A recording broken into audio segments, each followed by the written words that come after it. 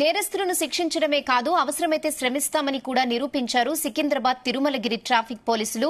Tirumalagiri PS పరిధిలోని RP point వద్ద భారీగా గుంతలు ఏర్పడ్డాయి. వాటితో వాహనదారులు తీవ్ర ఇబ్బందులు ఎదుర్కొంటున్నారు.